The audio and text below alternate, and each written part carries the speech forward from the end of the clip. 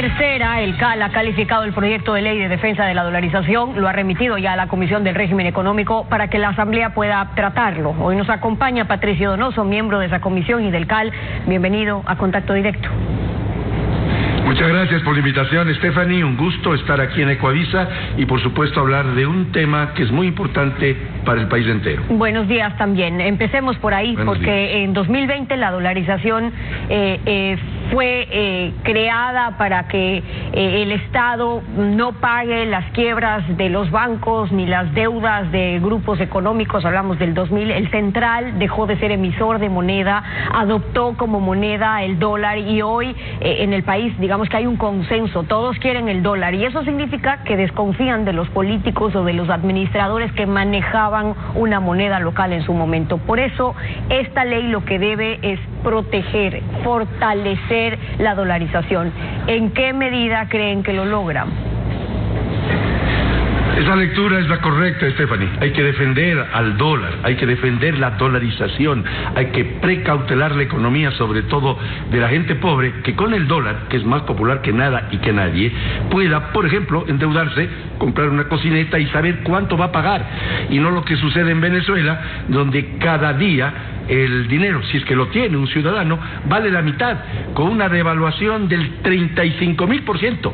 Lo que queremos es evitar que se den esos procesos inflacionarios dependiendo a la dolarización. Y segundo, darle al Banco Central la autonomía necesaria para que no tenga que obedecerle a cualquier gobierno de turno que le pida prestado plata que no es del gobierno, que se tome plata que no es del gobierno. Debo decirle a la opinión pública con absoluta claridad que el proyecto es bueno, hay que mejorarlo, por supuesto, y no lo tratamos simplemente porque el Fondo Monetario Internacional lo ha planteado, sino porque el Ecuador necesita tener la credibilidad necesaria para que baje el riesgo país, el costo del dinero sea menor, venga la inversión extranjera y se crean y generen nuevas plazas de trabajo y empleo. Este dinero que está en el Banco Central, Stephanie, si me permite, es dinero de los privados, de los que tienen sus depósitos en la banca privada, en las cooperativas, escúcheseme bien, en las cooperativas. Es dinero de los gobiernos autónomos descentralizados,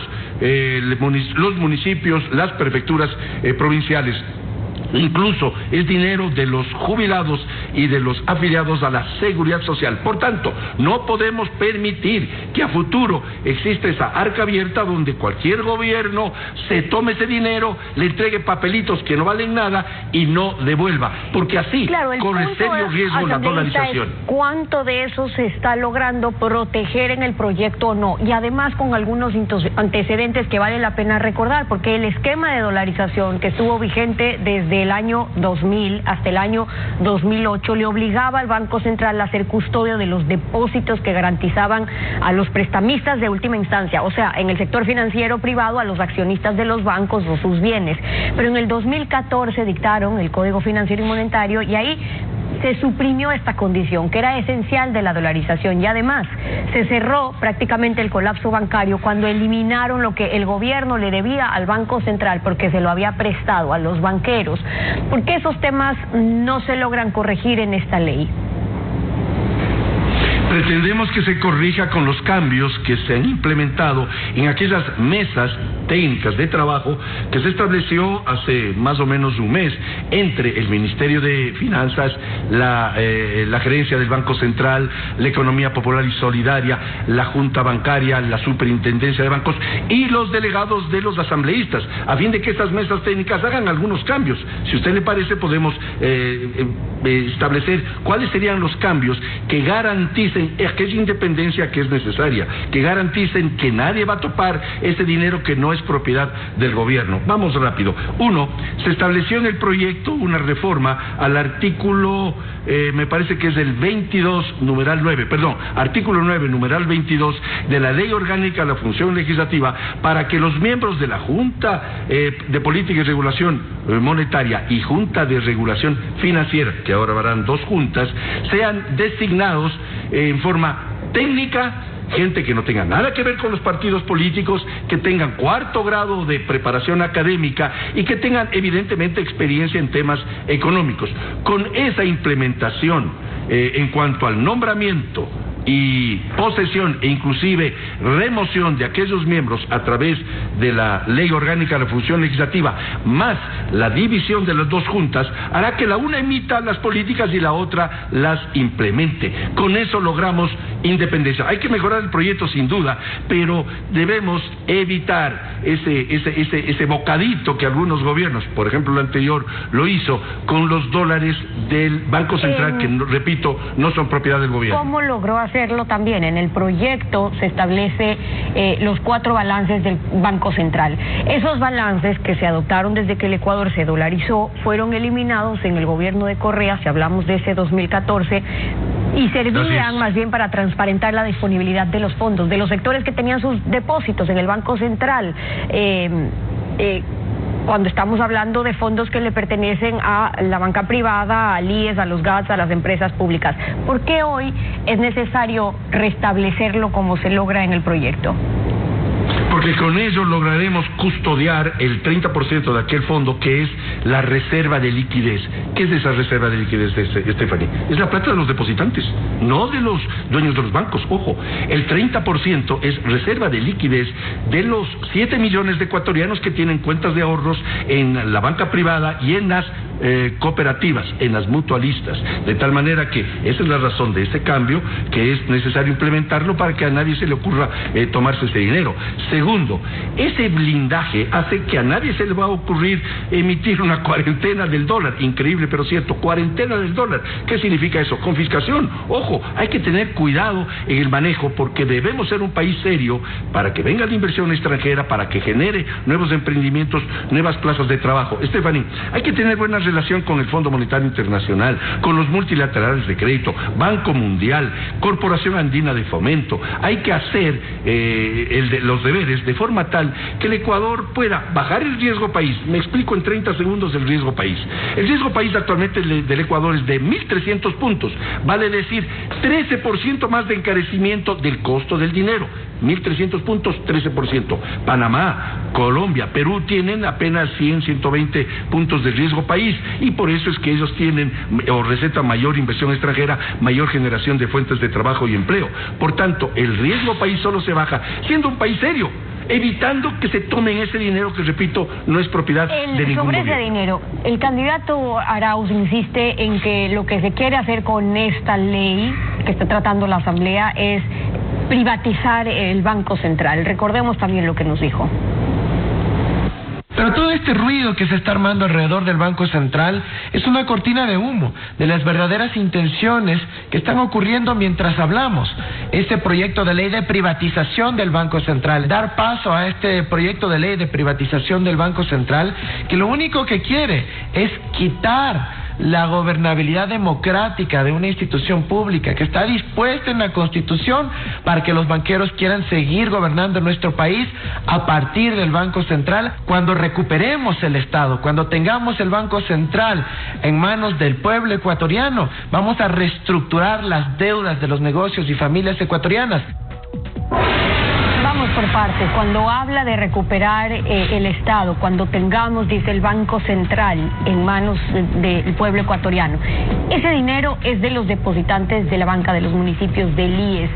¿Por qué ha significado un riesgo el que el Banco Central lo pueda usar o tomar prestado?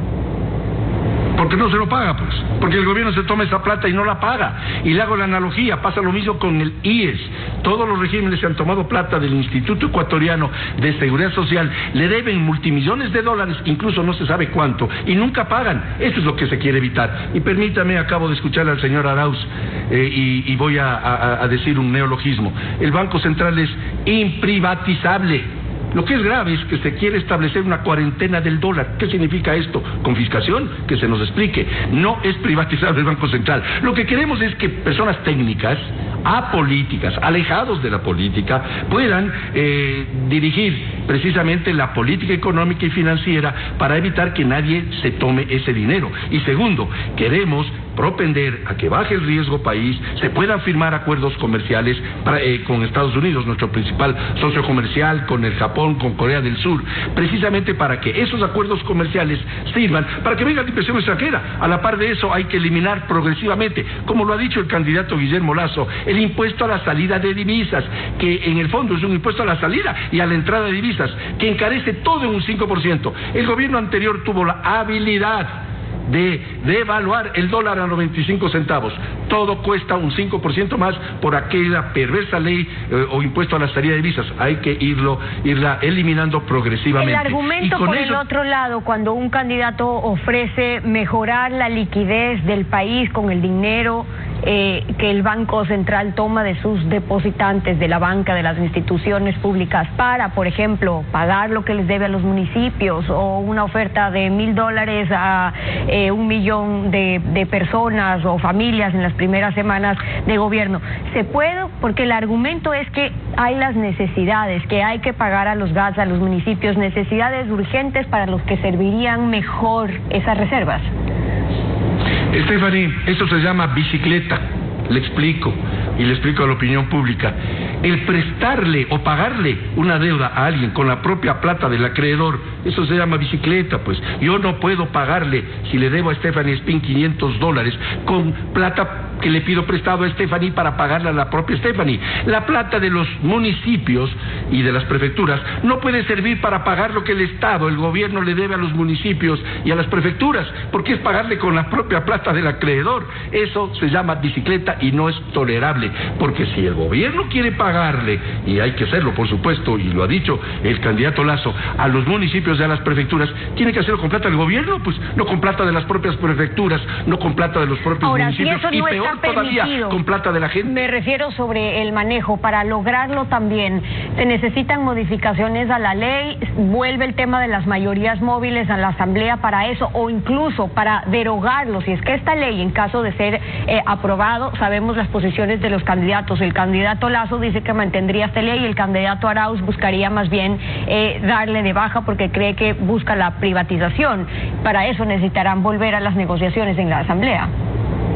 El concepto de la ley es bueno, hay que mejorarlo. Hay algunas cosas con las cuales yo no estoy de acuerdo. Yo pedí que vaya a la Comisión de Régimen Económico a la cual pertenezco, pero no porque pertenezca a aquella, sino porque esta comisión, y es importante decirlo, ha venido trabajando desde los aciagos días de octubre del 2019, donde quemaron la Contraloría y algunos ni se acuerdan.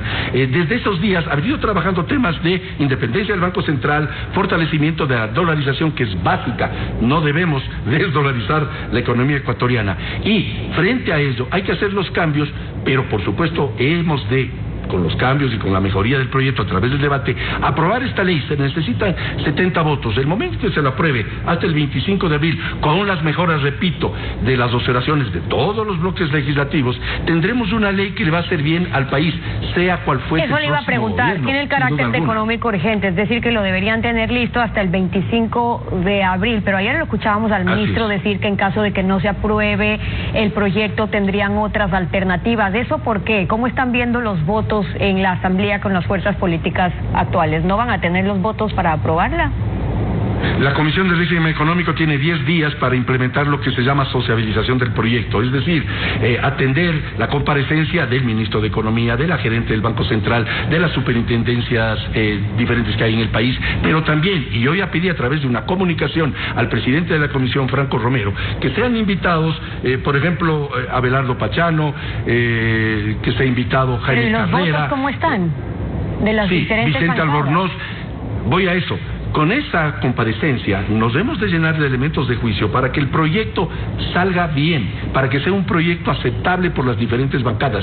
Y solo así, cuando se recojan los puntos de vista de la sociedad civil, de los que entienden de economía y por supuesto de los actores del gobierno en el plano económico, tendremos una buena ley que podría, Stephanie, garantizar que se tengan o se puedan tener aquellos 70 votos que usted hace referencia. Porque si no tomamos en cuenta las opiniones de los los diferentes bloques legislativos de la sociedad civil y de quienes entiendan del tema, estaríamos alejándonos de los 70 votos. Y nuestra acción responsable, democrática y patriótica es acercarnos a los 70 votos y tenerlos para que esta ley, con las mejores del caso, pueda ser aprobada. Las observaciones de Patricio Donoso, miembro de la Comisión del Régimen Económico y del CAL, acompañándonos hoy en Contacto Directo. Muchas gracias por haber estado con nosotros. Yo soy el agradecido, Stephanie. Buenos días. Buenos días también. Una pausa.